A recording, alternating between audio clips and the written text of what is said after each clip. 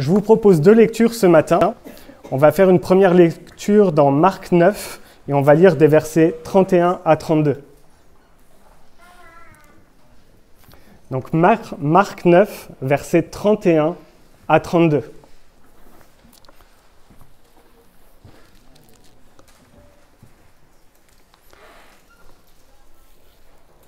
Et la deuxième lecture, ce sera Marc 16, versets 9 à 13.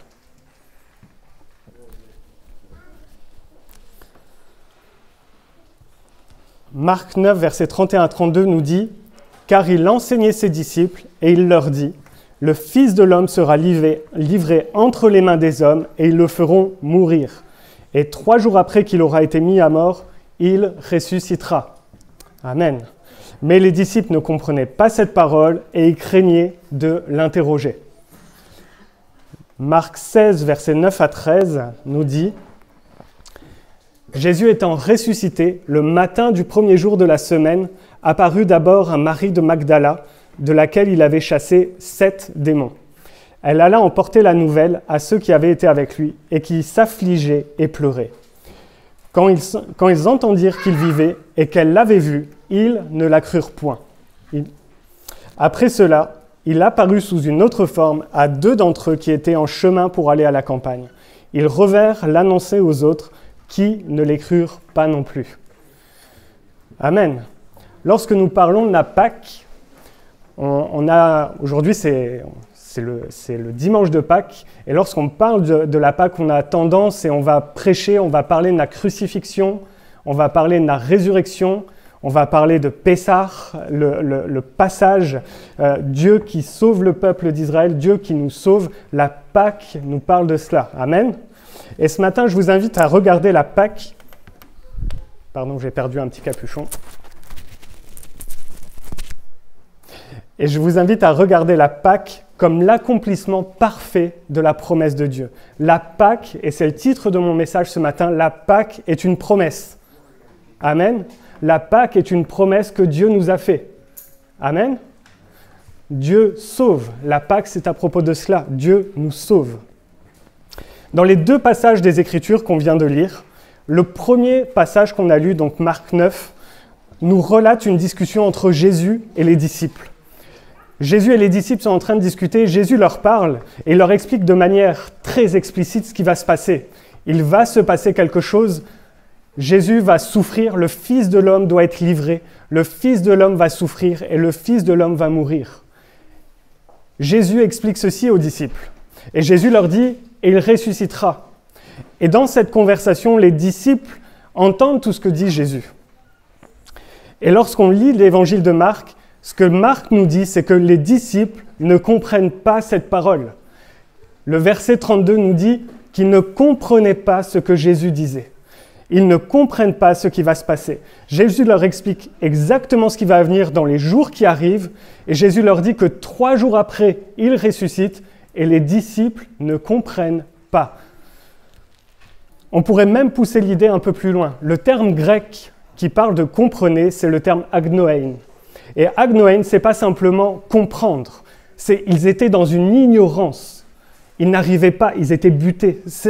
On pourrait dire littéralement qu'ils sont ignorants et qu'ils n'arrivent pas à saisir le sens de ce que Jésus parle. C'est comme si moi, je vous parle en chinois, je ne parle pas chinois, et que vous me regardez et vous dites « Très bien ». Vous n'avez rien compris, mais c'est un peu ça ce qui se passe. On a l'impression qu'ils ne comprennent pas, ils sont butés, ils n'arrivent pas à voir le sens de ce que Jésus est en train de dire. C'est un peu ça le terme que Marc utilise. Et c'est la seule fois que Marc va utiliser ce terme agnoēn pour parler des disciples. Et il le parle pour les décrire. Et les disciples, c'est assez paradoxal parce qu'ils sont auprès de Jésus, ils sont à côté de Jésus, ils sont à la source de la connaissance. Et ça fait déjà un moment qu'ils sont auprès de Jésus. C'est une discussion qu'ils ont déjà eue avec Jésus. Marc 8, ils ont eu cette conversation avec Jésus. Et Pierre a répondu « Non, il ne t'arrivera pas cela. » Et c'est à ce moment-là que Jésus lui dit « Satan, excusez-moi, je perds mes mots. Et à ce moment-là, ils ont cette deuxième conversation avec Jésus et ils ne comprennent pas. Alors on pourrait se dire, mais Seigneur, pourquoi tu les as choisis? Ça fait des moments qu'ils sont avec toi et deuxième fois que tu leur parles et toujours pas. Pourquoi tu les as choisis? On pourrait aller plus loin que la simple ignorance. Il y a également de la peur. Le texte nous dit « il craignait de l'interroger ». Il y avait une forme de peur qui était là dans les disciples. Et quelque part, ça pourrait se comprendre. Il y avait peut-être cette peur de bien comprendre ce que Jésus disait. Souvent, lorsque quelqu'un nous dit une mauvaise nouvelle, on a cette action qui est « tu peux répéter s'il te plaît ?» On a bien entendu, on a bien compris, mais c'est comme si notre cerveau il n'avait pas percuté. Et on demande « mais est-ce que tu peux répéter ?» pour être bien sûr d'avoir bien compris. Et quelque part, les disciples ont cette crainte à cet endroit-là de se dire « est-ce qu'on a bien compris les choses ? Est-ce qu'on a bien compris ce que Jésus est en train de dire ?» La peur de bien comprendre toutes les implications de ce que Jésus vient de dire. Il va aller mourir, il va souffrir. Est-ce qu'on a bien compris? Je pense qu'à ce moment où Jésus parle, les 12 sont en train de se regarder. On a tous compris la même chose. On est bien sûr. Et quelque part, il y a cette crainte. Et comme je le disais dans Marc 8, versets 31 à 33, Pierre, après cette discussion, il avait fait une réflexion. Et Jésus l'avait repris sèchement, justement. Et quelque part, les disciples sont un peu... Est-ce que quelqu'un va oser encore demander ça à Jésus? Quelqu'un va encore oser faire cette réflexion? Ce n'est pas une simple ignorance. Il y a de l'ignorance. Est-ce qu'ils comprennent réellement ce qui se joue à ce moment-là? Peut-être pas. Mais il y a aussi cette peur de bien comprendre ce que Jésus vient de leur dire. Et cette peur, certainement, elle est plus basée sur le fait que Jésus va souffrir, que celui qu'ils ont connu pendant des années, que celui qu'ils ont accompagné, celui avec qui ils ont vécu des miracles, il va mourir. Et souvent, si on se mettait à la place des disciples, est-ce qu'on aurait entendu tout ce que Jésus vient de dire? Le Fils de l'homme, ils savent qui c'est le Fils de l'homme. Les disciples savent à ce moment que le Fils de l'homme, c'est Jésus. Que le Fils de l'homme, c'est Dieu, le Messie. Amen. Ils le savent. Et ils entendent que le Fils de l'homme va mourir, que le Fils de l'homme va souffrir. Et ils entendent également que le Fils de l'homme, Jésus, va ressusciter. Mais ils ont peut-être entendu que la partie où Jésus va souffrir, où leur bien-aimé ne sera plus parmi eux. Ça crée de la crainte, n'est-ce pas? Si demain je vous disais que votre bien-aimé ne sera plus là, il y a de la crainte. Et certainement vous me direz, tu peux répéter s'il te plaît? Pour être bien sûr d'avoir compris. Mais il y a de la crainte à ce moment-là dans le cœur des disciples. Ce n'est pas une ignorance parce qu'ils ne comprennent pas ce que Jésus est en train de dire, parce qu'ils n'ont jamais compris ou parce qu'ils sont illettrés et qu'ils ne comprennent pas ce que dit Jésus. Mais l'ignorance qui est là, c'est quelque part, c'est la peur d'être... Est-ce que c'est vraiment vrai? Est-ce que ces choses-là vont arriver? Est-ce qu'on a bien compris les choses? Et des fois, lorsqu'on sait que quelque chose de terrible va arriver, on n'est pas sûr de vouloir accepter cette vérité, n'est-ce pas? Lorsqu'on pose un diagnostic médical, lorsqu'on vous annonce une mauvaise nouvelle et qu'on vous dit quelque chose de mauvais, on est plus là, on est dans un temps de choc. Et c'est comme si on n'avait pas entendu ce qui s'était passé. On a compris, mais on n'entend pas les choses. Et quelque part, on se voit la face. Non, mais c'est pas ça. J'ai du mal à comprendre quelque chose. J'ai pas bien compris ce qui m'a été dit. Il faut que j'aille voir un deuxième médecin pour qu'il me réexplique bien les choses. Mais des fois, on est tellement dans un état de choc à une mauvaise nouvelle qu'on n'entend plus les choses. Et c'est pas qu'on est ignorant, on est stupide, on n'a pas compris les choses. C'est juste que ça percute pas. Et quelque part, c'est ce qui arrive à ces disciples à ce moment-là, n'est-ce pas? Ils ont peur de bien comprendre le bouleversement qui s'annonce devant eux. Les 3 ans de leur vie qui viennent de passer vont être chamboulés d'un moment à l'autre. D'un moment à l'autre, Jésus, le Fils de l'homme, va mourir. Il va être livré aux mains des hommes. Ah, n'est-ce pas? Mais comme dans Marc 8, les disciples manquent quelque chose, comme Pierre a manqué quelque chose. Ils se sont attardés sur la souffrance que le Fils de l'homme va subir, mais il manque que le Fils de l'homme va ressusciter également. La mort que le Fils de l'homme va subir, ce n'est pas la fin, n'est-ce pas? La mort du Fils de l'homme, ce n'est pas la fin des choses. Jésus va ressusciter. Jésus le sait. Il leur dit, je vais ressusciter, je vais revenir. Mais ça, ils ne l'ont pas entendu. Et Jésus leur fait une promesse à cet endroit-là. Ils entendent le constat de ce qui va arriver et Jésus leur fait une promesse, il va ressusciter. Le Fils de l'homme va ressusciter. Qu'est-ce qui va advenir de cette promesse dans le cœur des disciples? On s'arrête là sur le premier texte. Le deuxième texte qu'on a lu, on est juste après la résurrection. La résurrection vient d'arriver, Jésus est sorti du tombeau. On l'a chanté ce matin, Jésus est ressuscité, Christ est vivant, il est sorti du tombeau. Amen. Jésus est vivant. Amen. Christ, lorsqu'il sort du tombeau, le péché est vaincu. Amen. Le péché n'a plus d'emprise sur ma vie. La mort n'a plus d'emprise sur ma vie. Parce qu'il est ressuscité, il me donne la vie éternelle. Amen. Jésus donne la vie en abondance. Jésus donne la vie éternelle. Satan est vaincu. Amen. Des fois on prie, mais on a comme peur de Satan. Mais il est vaincu. Satan est vaincu. Il n'a plus de pouvoir sur nos vies. Il ne peut plus nous toucher. Parce que Christ l'a mis à terre. Amen. Et durant ces 3 jours qui viennent de s'écouler, au moment où la résurrection arrive, où sont les disciples? Où sont les disciples? La Bible nous dit, dans l'évangile de Marc, que les disciples, ils sont en train de pleurer la mort de Jésus. Et les disciples sont à cet endroit-là. Mais au moment où Christ rend l'âme sur la croix, où sont les disciples? Quel disciple va se lever pour aller chercher le corps de Jésus? Aucun. C'est Joseph d'Arimathée qui y va. Où sont les disciples dans ces 3 jours? Si on regarde les autres évangiles, on peut voir que certains retournent à leurs activités. J'étais pêcheur, j'ai passé 3 ans avec Jésus, Jésus est décédé, je retourne à la pêche. Ils reprennent une vie, ils reprennent leur vie qu'ils avaient avant. Et lorsqu'on leur dit que Jésus vient de ressusciter, Jésus leur a dit « Je vais ressusciter, je vais souffrir, je vais mourir, je vais ressusciter. » Et quelqu'un vient et leur dit « Il est ressuscité, il est vivant, je l'ai vu. » Qu'est-ce qu'ils disent? « Non, je ne te crois pas. » L'enseignement que Jésus, la promesse que Jésus leur a fait, lorsqu'elle se réalise, et lorsqu'on leur dit qu'elle se réalise, je ne crois pas. Une première fois, une deuxième fois, Jésus se présente à eux. Non, je ne crois pas. La promesse se réalise et non, je ne crois pas, je ne vais pas croire. Je ne peux pas croire ça. Celui qui a ressuscité des morts, peut-il se ressusciter lui-même? Quelque part, ils peuvent se poser la question. Ils sont touchés dans leur raison, n'est-ce pas? Mais qu'est-ce qui se passe? Où sont les disciples à ce moment-là? Jésus a dit quelque chose, Jésus l'a fait, l'homme a oublié. L'homme a oublié ce que Jésus a fait. L'homme a tout simplement retourné à son quotidien. Il est retourné à sa vie comme avant. Ils n'étaient pas ignorants.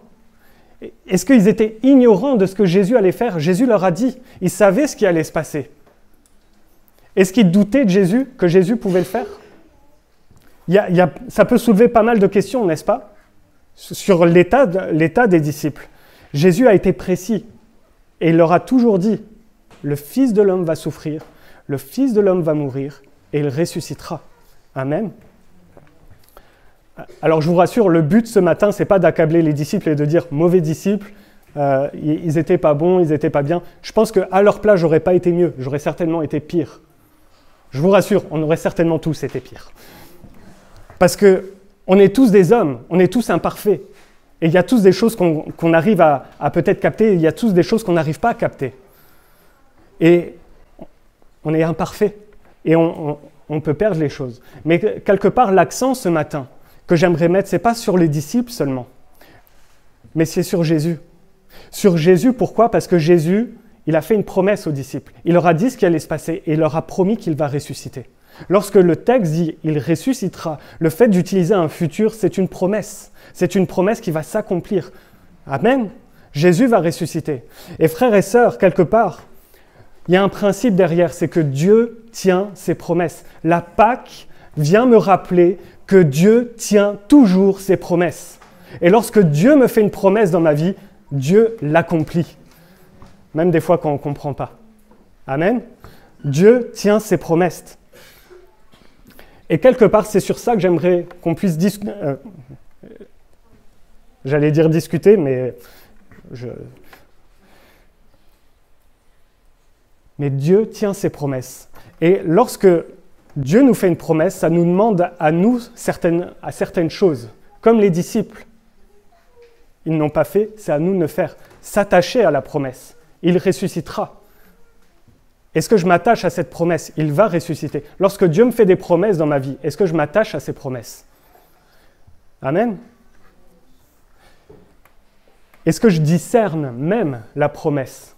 Parce que quelque part, les disciples, lorsqu'ils entendent Jésus, ils sont tellement choqués, ils sont dans un état de choc de Jésus va mourir, qu'ils n'arrivent pas à discerner qu'il y a une promesse dedans, c'est qu'il va ressusciter.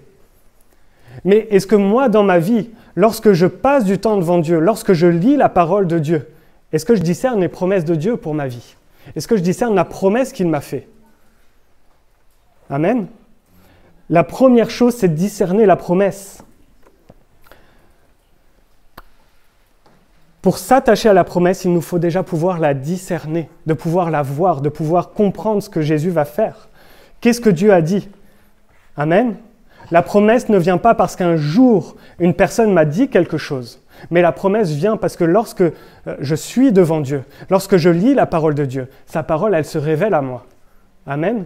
Lorsque Dieu me dit qu'il sera tous les jours avec moi, ce n'est pas une promesse, ce n'est pas juste un adage, ce n'est pas juste un proverbe, c'est la promesse que Dieu sera tous les jours avec moi. Ce n'est pas un homme qui a parlé. Lorsque je lis la parole de Dieu, ce n'est pas un homme qui parle, c'est Dieu qui parle à mon cœur. Les hommes font des promesses et ne les tiennent pas. Amen. Non? Tout le monde tient ses promesses ici. J'oublierai pas le 14 février. On est déjà au mois d'avril. Mais Dieu tient ses promesses parce que Dieu n'est pas un homme. Parce qu'il est Dieu, il tient ses promesses. Lorsqu'il les fait, il les tient. Mon job à moi, c'est de discerner la promesse et de m'y attacher. Amen. Mon job à moi, c'est ça. Frères et sœurs, la promesse de Dieu, elle s'accompagne avec la lecture de la Bible, par ma communion avec l'Esprit. Amen. Un homme peut venir me faire une promesse et même venir me dire au nom de Jésus, Dieu te fait cette promesse. C'est un homme, il peut se tromper. Amen. Tout homme peut se tromper. Un prophète, vous pouvez aller voir tous les prophètes, le prophète des nations, même des prophètes de l'espace, ils peuvent se tromper. Un jour, un homme est venu me voir, vraiment, hein, il est venu me voir et il m'a parlé, il m'a dit, tel jour, tu étais dans ta chambre et tu pleurais dans ta chambre pour telle et telle raison. Il avait raison, mais il ne pouvait pas le savoir, tout était fermé. Il m'a dit, le jour d'après, tu étais parti courir et tu as pleuré à cause de ça. Il avait raison. Et je crois que cet homme, il ne m'observait pas, il ne me suivait pas. Il n'avait pas un détective privé derrière moi. Il m'a dit toutes ces choses. Et il avait raison. Et il m'a dit, mais Dieu te fait une promesse.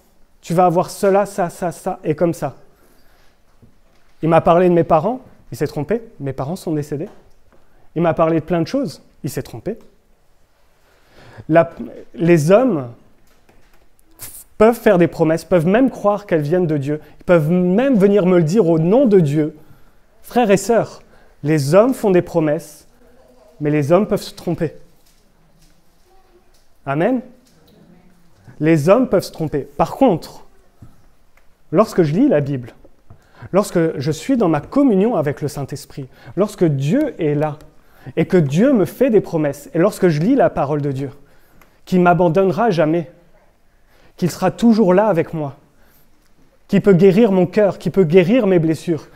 On a chanté « Les maladies s'enfuient, les aveugles voient, les paralytiques sautent de joie ». C'est des promesses que Dieu fait. Amen. Et je sais que Dieu peut l'accomplir. Amen. Et Dieu est fidèle pour accomplir ses promesses. Dieu est fidèle. La parole, elle nous fait des promesses. L'Esprit de Dieu, à travers la parole, nous fait des promesses. Et Dieu accomplit ses promesses toujours. Lorsque Dieu nous dit qu'il reviendra, j'ai pas de problème. Jésus va revenir. Jésus va revenir. C'est sa promesse. Il va le faire. Amen. Et l'Esprit de Dieu, dans la parole, nous conduit dans toute la vérité, dans toutes ses promesses qu'il a pour nos vies. Amen. Et je m'attache à la promesse que Dieu m'a faite. Lorsque je suis dans la difficulté, lorsque je suis dans les problèmes, je peux m'attacher à Dieu. Je peux m'attacher à ses promesses. Amen. Et il n'y a aucune promesse de Dieu qui est bancale et si je m'appuie dessus, elle va craquer. Les promesses de Dieu, je peux m'appuyer dessus, ça ne craquera pas. Parce que c'est Dieu qui a fait ses promesses. Amen. Et je dois m'attacher à ses promesses. On peut prendre l'exemple d'Abraham. Abraham, il s'est attaché à la promesse de Dieu. Dieu lui a promis un endroit où aller. Il a quitté toute sa maison, il a quitté sa famille et il est parti. Il a fait confiance à Dieu parce qu'il savait que Dieu lui avait fait une promesse. Et il s'est attaché à cette promesse et il l'a gardée. On a appris il y a 2 semaines ou 3 semaines que même qu'il avait sa caravane et qu'il était sans papier, gitan, il est parti à l'étranger. Mais Dieu lui a fait une promesse. Il s'est attaché à cette promesse, il a fait confiance à Dieu. Lorsque Dieu me fait une promesse, je lui fais confiance. Parce que je sais qu'il va l'accomplir. Ce n'est pas un homme pour mentir, Dieu. Dieu accomplit les choses. Et Dieu a fait. Il a tout quitté, il a fait confiance à Dieu. Après, Abraham, c'est aussi un homme. Et il a ses échecs. Quand Dieu lui a fait une promesse à lui et à Sarah d'avoir une descendance, une postérité, il s'est dit à un moment donné, Seigneur, il faut que je te donne un coup de main pour ta promesse. La promesse de Dieu, elle s'accomplit. Moi, je dois être fidèle et m'appuyer sur cette promesse, n'est-ce pas?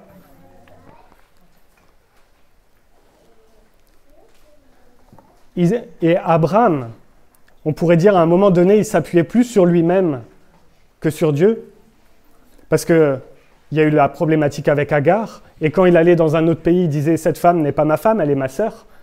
Mais Dieu lui avait fait la promesse de quoi? « Je vais te protéger ». Mais il s'est dit, peut-être que le roi là, il va aller au-dessus. Mais Dieu, lorsqu'il fait des promesses, il agit. Et Dieu l'a quand même protégé. Amen. Mais quand il a eu Isaac, tout a changé. Lorsque l'enfant de la promesse est né et que Dieu lui dit, offre-moi ton enfant. Abraham, il a été jusqu'au bout. Et Dieu a pourvu. Parce qu'il savait que Dieu pourvoit. Parce qu'il savait qu'en toute chose, il pouvait faire confiance à Dieu. C'était plus le même Abraham avant et lorsque Abraham a Isaac. Parce qu'il a compris que les promesses de l'Éternel, elles dépassent tous les entendements humains. Une femme de 95 ans et plus peut avoir un enfant avec Dieu. Un homme peut faire confiance totalement à Dieu, même dans des heures où Dieu lui demande l'impossible. L'homme peut lui faire confiance parce que Dieu fait des miracles. Amen. Dieu a pourvu. Ce n'est pas Isaac qui a été sacrifié, c'est un bouc. Amen. Dieu a pourvu. Et quelque part, nous, lorsque Dieu nous fait des promesses, on peut faire confiance à Dieu, n'est-ce pas? Lorsque Dieu nous fait des promesses, on n'est pas là, oui, peut-être, ou pourquoi pas, dans un avenir possible. Non, je peux faire confiance à Dieu. Si Dieu m'a fait une promesse, je peux lui faire confiance. Frères et sœurs, nous en Europe, en France, on est bien lotis. Certains nous disent, on vit déjà la persécution. Il faut aller dans un pays persécuté et se dire qu'eux sont vraiment persécutés pour se dire qu'ici, on est libre. Je peux aller dehors, je peux parler de ma foi. Je peux aller au travail, on peut parler de ma foi avec un collègue. Je ne suis pas emprisonné pour ma foi, n'est-ce pas? Ici, personne ne va en prison parce qu'il croit en Dieu. Amen. Personne n'est tué parce qu'il croit en Dieu. L'État ne tue personne parce qu'il croit en Dieu. Mais ces gens qui sont dans la persécution, ils ont confiance dans la promesse que Dieu leur a dit « Tous les jours, je serai avec vous ». Et c'est cette confiance qu'on peut avoir en Dieu, dans ses promesses. Amen. Et on a une responsabilité. On a de la responsabilité dans les promesses de Dieu. Nous, notre responsabilité, c'est de s'y tenir. C'est de garder les promesses de Dieu comme devant nous, s'y accrocher, se dire « Mais Seigneur, je sais que tu ne m'abandonneras pas. Je vais persévérer. Je sais que tu n'es pas loin. Je reste fidèle. » Amen. Je peux donner un exemple. Vous cherchez un travail. Je crois que Dieu nous fait une promesse que nous allons travailler. Même quand on est à la retraite. On a un jardin et on fait du carrelage sur 2 ans.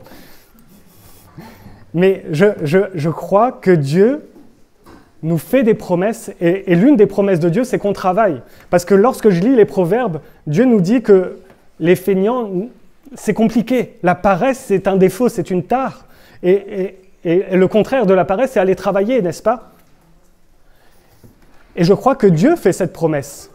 Et je crois que lorsqu'on cherche un travail, Dieu honore le fait de trouver un travail, n'est-ce pas? Mais si j'envoie pas de CV, je peux prier toute la journée sans envoyer de CV. Frères et sœurs, il faut que je l'envoie le CV à un moment donné. Dieu peut faire que quelqu'un me contacte librement et m'embauche. Mais si je ne cherche pas de travail, j'ai ma responsabilité dedans, c'est la responsabilité humaine.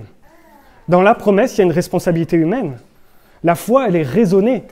La foi ne nous pousse pas à fermer les yeux et à se dire « Dieu fera tout ». La promesse de Dieu, c'est aussi qu'il nous fait grandir et qu'il nous rend responsables. Amen. La promesse de Dieu, c'est qu'on soit responsable. Parce que l'homme n'a pas été responsable dans le jardin d'Éden. Il a toujours mis la faute sur la femme. C'est pas moi, c'est la femme. Quel homme responsable? Mais Dieu veut transformer ça dans nos vies pour que nous puissions être responsables. Amen. Et les promesses de Dieu n'enlèvent pas de la responsabilité dans nos vies. Au contraire, Dieu nous responsabilise. Lorsqu'une situation me dépasse et que je commence à prier et à me dire « Mais Seigneur, il faut que tu interviennes.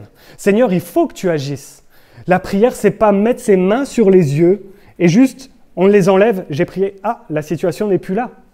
C'est pas ça la prière, c'est pas ça la confiance en Dieu. C'est pas fermer les yeux sur le problème jusqu'à ce qu'il disparaisse, jusqu'à ce qu'il n'existe plus. La prière, c'est admettre que la situation me dépasse, mais que j'ai un Dieu qui est au-dessus de cela. Si demain je vais voir le médecin et qu'il me donne un diagnostic et que je dis « non, je ne veux pas entendre, je vais prier seulement ». Frères et sœurs, on a eu des cas dans l'Église où des gens ont fait cela. Ils sont décédés. Parce qu'ils ont refusé le traitement, parce qu'ils se sont dit « la promesse est que Dieu me guérit sans traitement ». Frères et sœurs, ça non. La foi, la fidélité, elle est raisonnée également. Et lorsque on me donne un diagnostic pour la maladie, c'est pas que je prie et la maladie. Je crois que Dieu guérit, hein, qu'on se mécomprenne pas. Hein. Dieu guérit, amen. Et Dieu guérit puissamment, et Dieu peut toucher tous les corps et guérir toutes les maladies. Mais lorsque le médecin me pose un diagnostic, je ne ferme pas les yeux juste à me dire « ça va disparaître tout seul ». Dieu, sa promesse, c'est que dans ces moments-là, dans cette tempête, il est avec moi. Amen. La première des promesses est que dans la tempête, il est avec moi. Amen. Dans la tempête, il ne m'abandonne pas. Ce n'est pas fermer les yeux pour dire que la situation n'existe pas. C'est par la foi, c'est croire que Dieu va me délivrer. C'est par la foi, c'est que Dieu va prier. Mais moi, j'ai ma responsabilité. Et Seigneur, je suis un homme responsable. Je vais agir responsablement. Je vais faire les choses. Si je dois suivre un traitement, Seigneur, je vais le suivre. Et Seigneur, si tu dois me guérir sans, tu me guériras sans. Si tu dois me guérir à travers, tu me guéris à travers. Amen. Vous savez que même lorsqu'on nous donne un traitement pour une maladie, quelque part, merci Seigneur. Parce que c'est Dieu qui donne l'intelligence aux hommes et aux femmes de créer un traitement pour ma maladie. Amen. C'est Dieu également. Tout est grâce. Tout est grâce. Même un traitement, que Dieu guérisse par un traitement, que Dieu guérisse souverainement. Dieu, c'est sa grâce. Amen. Lorsqu'on voit les 10 lépreux vont vers Jésus, les 10 sont guéris, et les 10 vont aller voir le sacrificateur pour faire attester leur guérison. Les 10 vont voir le sacrificateur pour attester leur guérison, parce que Dieu les a responsabilisés quelque part. Il n'y en a qu'un seul qui est revenu, certes, mais les 10 ont été parce que dans la communauté, sinon ils étaient exclus. Et il y avait une forme de responsabilité à prendre. Et ils ont été voir le sacrificateur pour intégrer la communauté à nouveau. Amen. La lèpre, elle est... Aujourd'hui, on n'a plus ce problème-là en France, mais la lèpre, c'est contagieux. S'ils étaient avec les autres, ben, ils auraient contaminé les autres. Et ça aurait été une épidémie, etc., etc. Il y aurait eu des morts. Mais frères et sœurs, ils avaient une responsabilité à faire. Ils croyaient, il y a des promesses que Dieu va guérir. Ésaïe 61. Dieu guérit. Amen. Dieu nous responsabilise également. C'est pas contradictoire. Des fois, on cherche à opposer des choses. Oui, mais Dieu délivre. Oui, mais Dieu responsabilise aussi. Dieu guérit, Dieu responsabilise. L'amour de Dieu, la colère de Dieu, c'est pas contradictoire, ça va ensemble. Et ces choses-là cohabitent parfaitement. Amen. S'attacher à la promesse, c'est notre fidélité à persévérer en Christ malgré toutes les saisons que nous traversons. Amen. Lorsque on lit le passage avec les disciples, c'est quelque part, la promesse de Dieu, c'est aussi attendre l'inattendu. Attendre l'inattendu. Peut-être qu'ils ne s'attendaient pas à ce que Jésus ressuscite. Pardonnez-moi de le dire ainsi, ça c'est moi qui le pense. Mais lorsqu'ils s'attachent et qu'ils craignent la mort de Christ, Dieu leur dit qu'il va ressusciter. Est-ce qu'ils s'attendent réellement à ce que Christ ressuscite ? Je ne suis pas là pour dire oui ou non, mais c'est un inattendu. Jésus va ressusciter. Il y a eu des résurrections, mais il y avait toujours... Quand Jésus a fait des résurrections, c'était Jésus qui était là. Mais lorsque Jésus va ressusciter, ils peuvent se dire, mais qui sera là ? Est-ce que vraiment j'attends à être surpris de Dieu ? Dieu peut me surprendre. Amen. Et lorsque Dieu va intervenir dans ma vie, ce n'est pas forcément comme je le pense. Amen. Jésus, Dieu, peut intervenir dans ma vie par l'inattendu. Il peut se passer quelque chose qui est inattendu dans ma vie. N'est-ce pas ? Et quelque part, je dois attendre cette action de Dieu. Je ne sais pas comment Dieu va faire les choses, je ne sais pas comment il va se débrouiller, mais Seigneur, je veux te faire confiance. Tu peux faire les choses comme tu le souhaites. Amen. Et certainement, pourquoi les disciples n'ont pas cru à la résurrection ? Parce qu'ils ne s'attendaient pas à cette forme de résurrection. Lisez Acte 1, verset 6. Lorsque Jésus est ressuscité et se présente aux disciples, qu'est-ce qu'ils s'attendent ? Lorsque Jésus va leur parler qu'il va monter au ciel, c'est maintenant que tu vas rétablir le royaume d'Israël. Ils s'attendaient peut-être à une résurrection où Jésus revient en roi. Israël est de nouveau le royaume libéré des Romains, libéré de toutes choses, et ça redevient le royaume de Dieu plein comme avant. Peut-être qu'ils s'attendaient à cela. Et la résurrection de Jésus, d'une certaine façon, elle est glorieuse, ne me méprenez pas, mais elle est humblement. Amen. Jésus n'est pas sorti du tombeau, élevé dans les cieux, à parler à tous les hommes sur terre, à leur dire le genou à terre. Ça va arriver. Ce n'était pas ce moment-là. Jésus va mettre tous les genoux à terre. Ce n'était pas le moment-là. Et peut-être qu'ils s'attendaient à autre chose, les disciples. Peut-être qu'ils voulaient voir autre chose. Lorsqu'on s'attend à Dieu, et lorsque je m'attends à sa promesse, il faut que je laisse Dieu me surprendre. Amen. Laissez Dieu nous surprendre. Et voire même nous bouleverser et complètement changer nos vies. Dieu nous a fait une promesse, c'est que nous sommes sauvés pour servir. Amen. Et si demain vous êtes appelés à servir pour aller au Gabon, Dieu va vous surprendre. Dieu va vous surprendre parce que peut-être que vous vous attendez à servir ici, là, maintenant, à Thionville. Et Dieu vous appelle et vous dit, non, en fait, tu vas aller au Gabon. Tu vas aller en Chine. Amen. C'est surprenant. Lorsqu'il y a eu le réveil à Azusa Street, en 1906, si ma mémoire est bonne, et que des hommes et des femmes ont cherché la présence du Saint-Esprit, ils ont vraiment cherché cette sainteté et que Dieu est descendu sur eux, à tel point que le feu était là et les pompiers sont venus, ils ont dit « mais on nous a appelés parce qu'il y a le feu !» Mais il n'y avait pas de feu et ces pompiers se convertissent. Merci Seigneur. Lorsqu'il y a la présence de Dieu, les miracles arrivent. Et lorsque Azusa Street arrive, les gens cherchaient tellement la sainteté, mais je crois qu'ils cherchaient aussi à servir Dieu. Et lorsque le Saint-Esprit descend à ce moment-là, qu'est-ce qui se passe ? Il y en a qui partent en Inde, 3 jours après.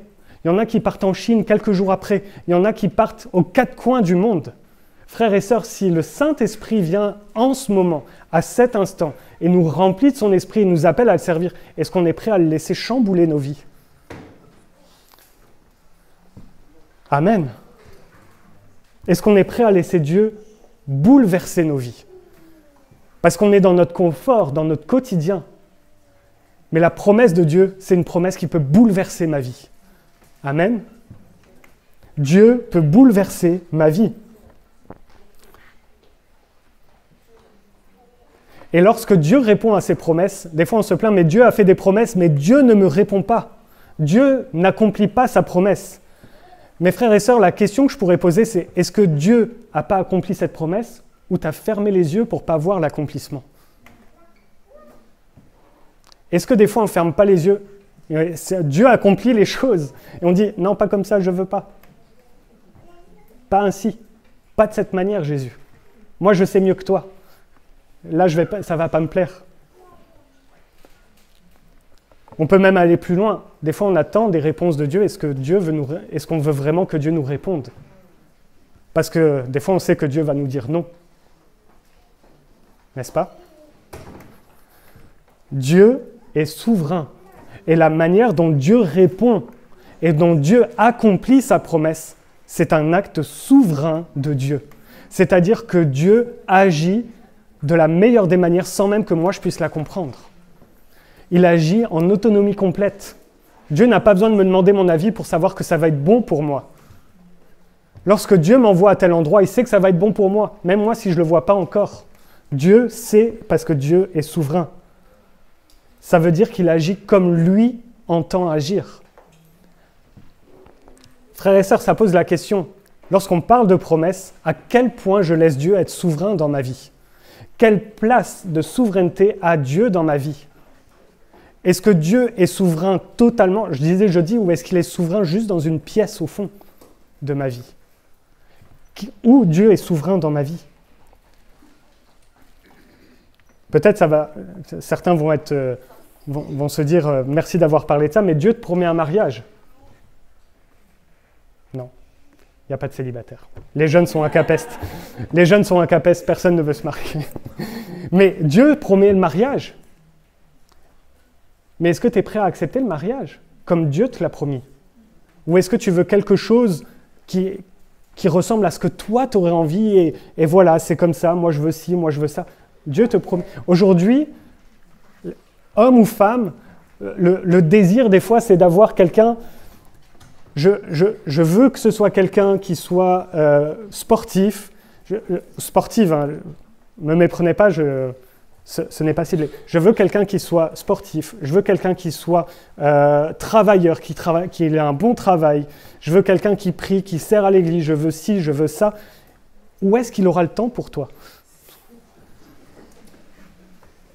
On veut des choses des fois, on a tellement de critères, on a mis tellement de choses, mais la promesse de Dieu, c'est qu'il va te donner un mari pour toi. Il ne va pas te donner un mari pour la salle de sport, il ne va pas te donner un mari pour le travail, mais un mari pour toi. Ou une femme. Amen. Dieu sait ce dont nous avons besoin. Et Dieu nous donne ce dont nous avons besoin. Et lorsqu'on parle des promesses de Dieu, ça sera mon dernier point, Dieu est fidèle. Ésaïe 26, verset 4, « Confiez-vous en l'Éternel à perpétuité, car l'Éternel est le rocher des siècles. » Ça veut dire que le rocher des siècles parle de la fidélité de Dieu. Parce que Dieu, il n'y a pas de variation en lui. Il est le rocher sur lequel Dieu a bâti. Il est le rocher sur lequel nous pouvons bâtir notre vie avec confiance. Parce que ma vie, lorsqu'elle est bâtie sur lui, je sais que ses promesses s'accomplissent. Amen. Je sais que ses promesses s'accomplissent. De la même manière que Dieu a été fidèle avec Moïse, avec Abraham, avec David, ou même encore avec Paul, Dieu sera fidèle avec moi. Amen. Dieu est fidèle. Malgré tous les défauts qu'avaient ces hommes, malgré toutes les problématiques qu'ont vécues ces hommes, malgré toutes les chutes de ces hommes, Dieu a été fidèle avec eux. Dieu est resté fidèle. Cela veut dire que Dieu est constant dans ma vie. Amen. Que Dieu sait de quoi j'ai besoin dans ma vie. Et il est fidèle pour répondre. Amen. Dieu fait ce qu'il dit et Dieu ne ment pas. C'est la fidélité de Dieu. Dieu fait ce qu'il dit. Amen. Et il ne change pas.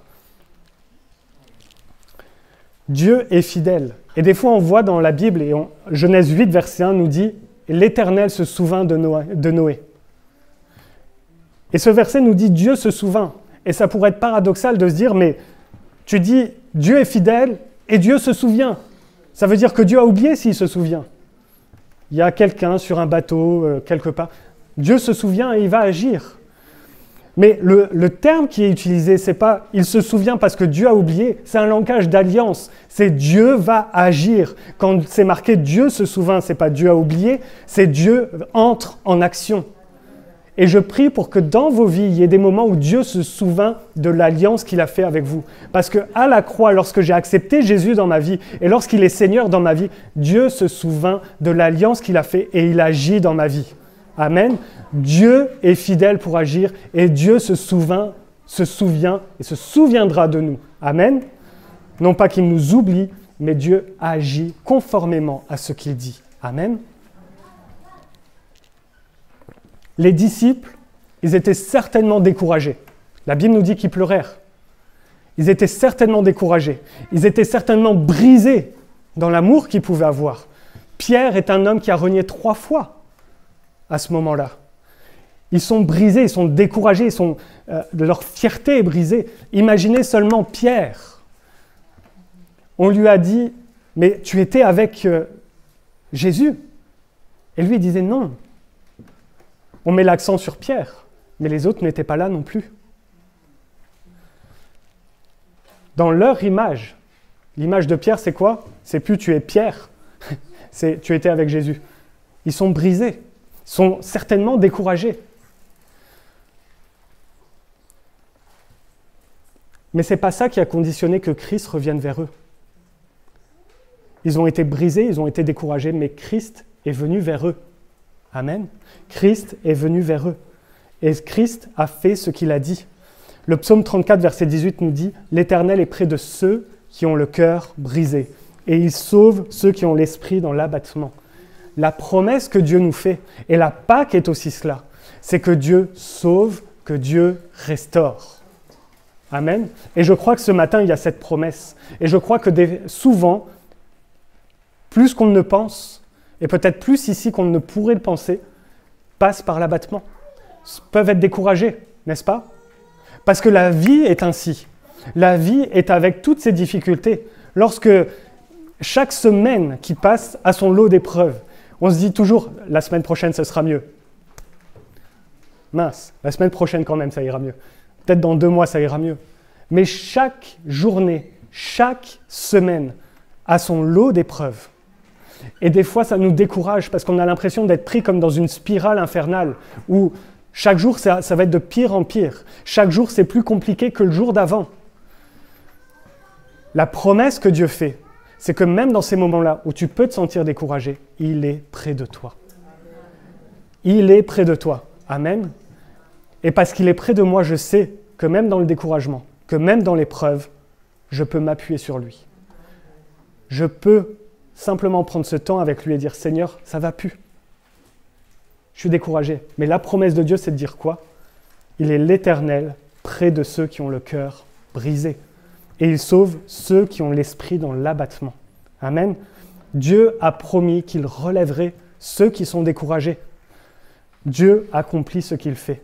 C'est peut-être la phrase que j'aurais le plus dit ce matin. Dieu accomplit ce qu'il dit. Et la Pâque, c'est Dieu qui a accompli pleinement ce qu'il dit. Si aujourd'hui, nous fêtons Pâques quelque part, frères et sœurs, on peut se rappeler que Dieu, il y a 2000 ans à la croix, il a accompli ce qu'il a dit.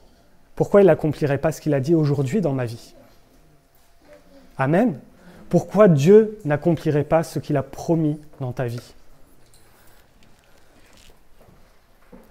Je vais conclure, mais la promesse de Dieu nous parle de la fidélité de Dieu. Il nous appelle, nous aussi, à être fidèles dans cette promesse, à s'appuyer sur cette promesse. Amen. Je désire que Dieu agisse dans ma vie. Désolé, je désire aussi que Dieu agisse dans vos vies de sa souveraineté, comme il le désire, qu'il bouleverse vos vies. Cette semaine, Jean-Christophe va avoir des appels. Dieu a bouleversé ma vie. Mais je prie que Dieu bouleverse vos vies. Amen. Que Dieu concrétise. Peut-être il y a un appel. Que Dieu concrétise l'appel sur vos vies. Peut-être il y a tout simplement un cœur à restaurer. Que Dieu restaure ce cœur. Amen. Et qu'on puisse simplement prier et prendre ce temps pour « Seigneur, je veux m'appuyer sur ta promesse. » Amen. Seigneur, je suis découragé. Encourage-moi, fortifie-moi, restaure-moi. Seigneur, j'ai besoin de plus te connaître. Seigneur, j'ai besoin d'être plus près de toi. Seigneur, j'ai besoin de mieux te connaître. L'Éternel est fidèle et la promesse de Dieu, c'est que lorsque nous faisons un pas vers lui, il en fait 1000 vers nous. Amen. Qu'on puisse simplement baisser la tête ce matin et qu'on puisse simplement prier. Prier pour que Dieu, qu'on puisse simplement se rappeler de toutes les promesses qu'il a faites. Seigneur, on veut simplement te remettre nos vies entre tes mains. On veut simplement, Seigneur, que tu sois souverain, Seigneur, dans nos vies. Père éternel, Seigneur, tu nous as fait cette promesse, Seigneur, que tu serais chaque jour avec nous.